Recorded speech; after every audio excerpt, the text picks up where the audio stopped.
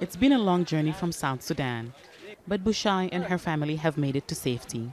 She says fighting and hunger forced her to make the 10-day walk.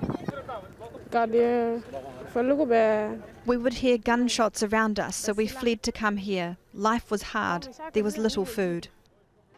BUSHAI and her family are one of the 150 families which the Sudanese Red Crescent says cross from South Sudan into Sudan every day.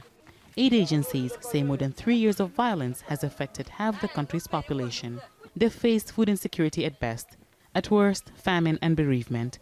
More than 1.5 million people have left the country, creating Africa's largest refugee crisis. Many go to Sudan, the country from which they gained independence in 2011. If South Sudan was a safe country with no fighting, we would have stayed. It's our country. But because of the fighting, people can't stay.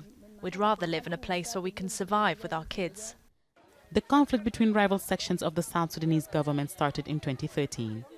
A third of a million refugees have crossed into Sudan since then, more than 30,000 in the last 2 months.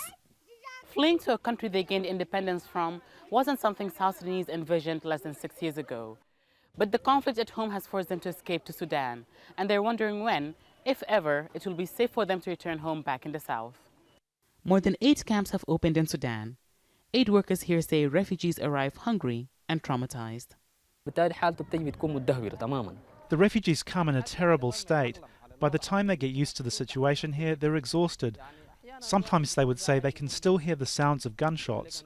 We've now reached our limit because we have more than 4,000 families and they keep coming. And the conflict in South Sudan shows no signs of easing. That leaves the victims of the fighting with little choice but to leave their homes and head north, regardless of how full, how uncomfortable the camps are becoming. Hiba, Al Jazeera, Alagaya camp in White Nile State, Sudan.